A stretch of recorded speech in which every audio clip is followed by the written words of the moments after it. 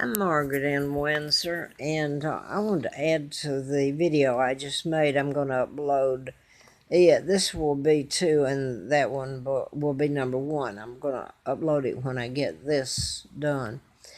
In reference to John being married to this woman, Twilla, I don't know if he was married when he came back to stay with us for protection totally at Laurelwood. In 79, a letter from the U.S. Attorney, FBI. I had 2 letters. I put that up on this one that I'm going to put up previous. And I was asked, okay, my husband, we were divorced as far as I knew. $100,000 policy left at his death would be left. And anything he ever had would be half mine. I didn't ask him to do that. The insurance policy I did for him to maintain that, but he signed it.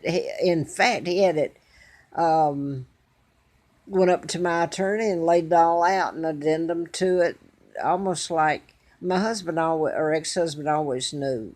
I realize that now that we were supposed to marry. It was all planned. I didn't know it because of who I am. Margaret Ann Windsor, kidnapped in 41, age 2, brought to Moulton, Alabama, given the name of a twin, Peggy Ann Dempsey. I married a Childers. I have to still use the name Peggy Ann Childers.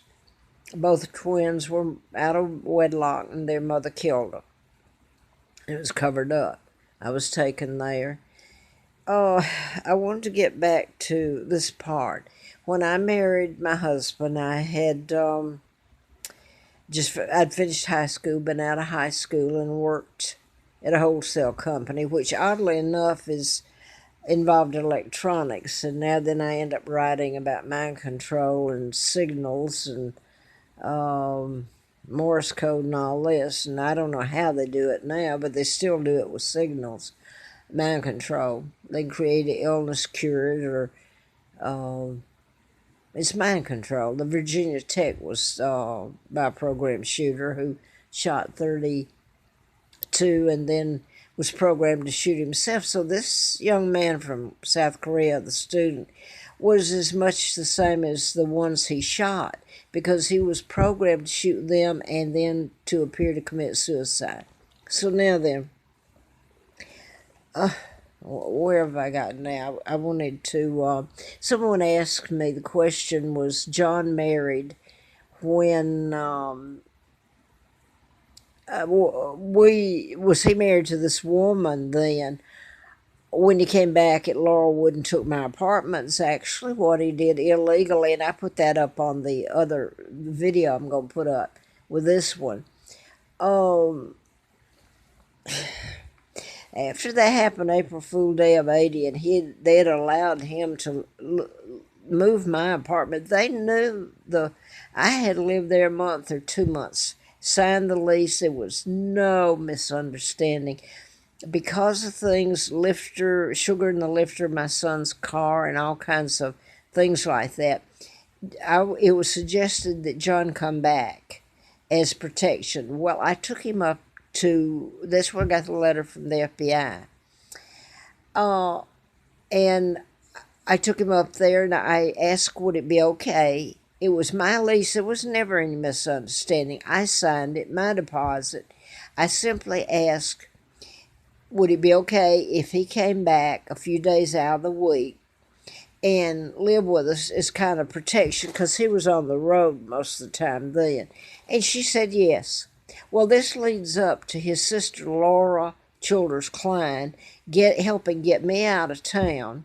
And when I got ready to go to Abilene from Mesquite, I'd gotten out there. I was going to find a job and get my kids away from Atlanta. I couldn't verbalize my being kidnapped. And my name had already been changed. So I thought if I could get out there and change my name, I thought it was because of the book I was writing. It was in part, but most of all who I am.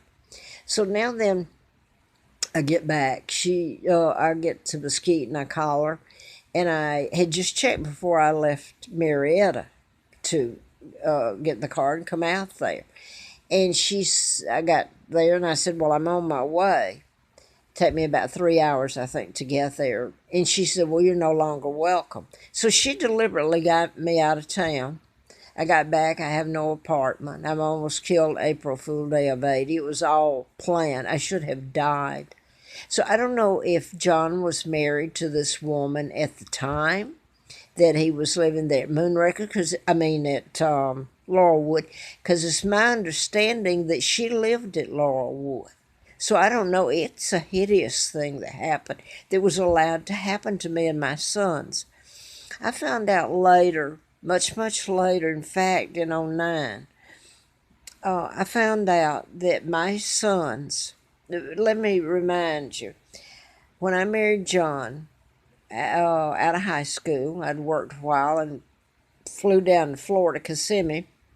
His brother, who was a very nice man, and his wife, half brother, very nice, we'd married, but I was married. I grew up in a pigsty. I mean, abused is not even coming close to the word.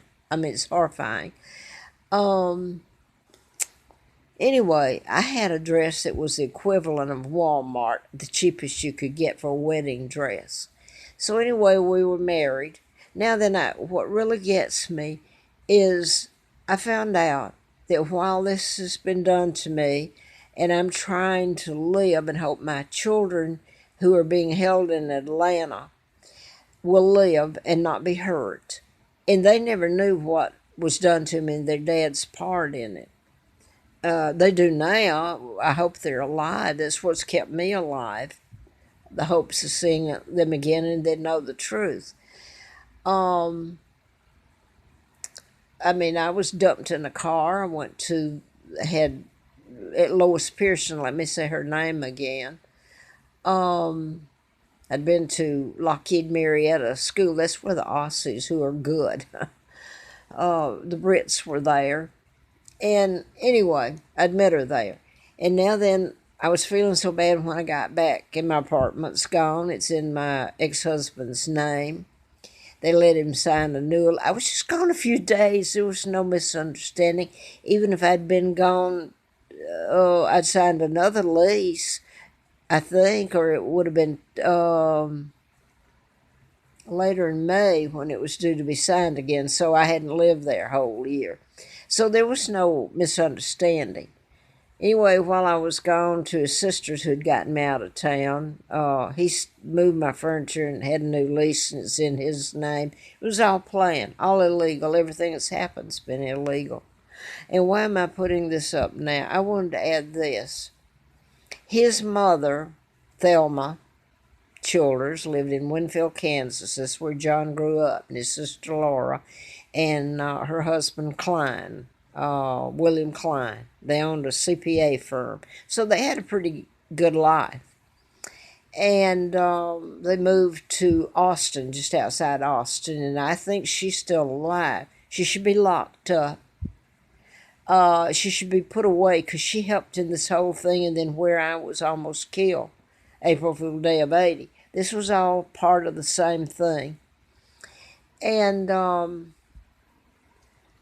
I'm going to say this because it hurts so much. This woman, when John died, she took the policy, whatever how much it was. It's supposed to be $100,000, and an agency here, and they were nice enough, and I didn't even ask them. I didn't know. She said that, did you know that your husband's wife has your divorce papers?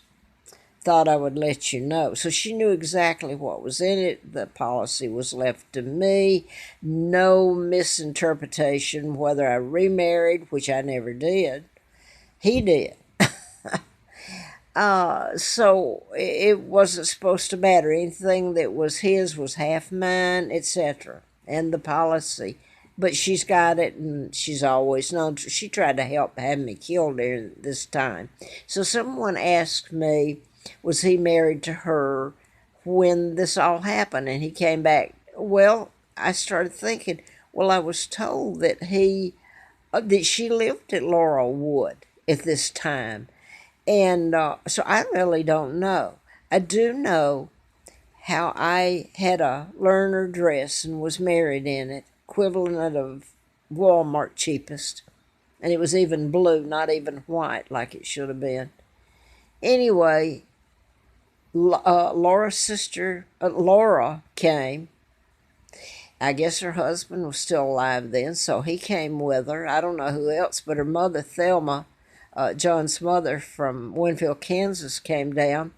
They even made my sons, which must have killed them, have tuxedos and go to their wedding. My God, what have they not done to me and mine? I hope they burn in hell, and if somebody gets mad at me for saying this, then let them. There has been no justice in this whole smear, murder, horrifying life. Now then, is there something else I was going to put on there? This is what is a bit. As far as I know, I've never met the woman. She certainly knows about me. She knows she stole the money and all that, the policy, and don't let me lose my train of thought. It's mind-boggling the hell I went through, the pain, and the boys, my sons. I think both of them were mistreated, and anyway. She tried to help have me murdered after then. This new wife did. Yes, she did. And the Cobb County Police at least stopped her part then. I don't know what all else, but in that incident. So now then, there's something else I wanted to get up, and I don't know what. Miss Childers came down, and my sons were made to have tuxedos to be at the wedding and all this. There was a lady last fall that I became acquainted with. She sent me. It's the only time I've ever seen this picture. I haven't seen a picture of this woman that's supposed to marry John Childers, who's supposed to be the name of my husband, as far as I know. And that family in Winfield, and his sister's outside Austin, still living high on the hog. She hasn't paid for her crime either. Part in it. Don't let me forget what I'm going to say. It's so horrible what they did. Oh, please, what was I going to say? The picture. I'd never seen a picture of the woman or any of it. And this lady out in Albuquerque sent me a copy, and somehow it got deleted. I wish I could have kept it. And I have a itty-bitty phone that's not much, and I bet it's still going. Let me get this. I saw the picture, and it looks like Mark and Scott, and I don't know who the woman is that married him. I've never seen her that I'm aware of, but anyway, it's not John. Wasn't him. Not in that picture, it wasn't. What it looks like, it took a picture of Mark. It looks real if you're just looking at it, but it was a picture of Mark back when he had the horses. And it was taken then, which was some years earlier. And Scott, it looked like Scott, and yet it looked like an earlier picture that somehow they were imposed on it. Superimposed, or whatever you want to say. Anyway, it wasn't John that I knew was married to. It wasn't him in that picture. It was a look-alike. I thought I was going to laugh when I saw it. It wasn't John.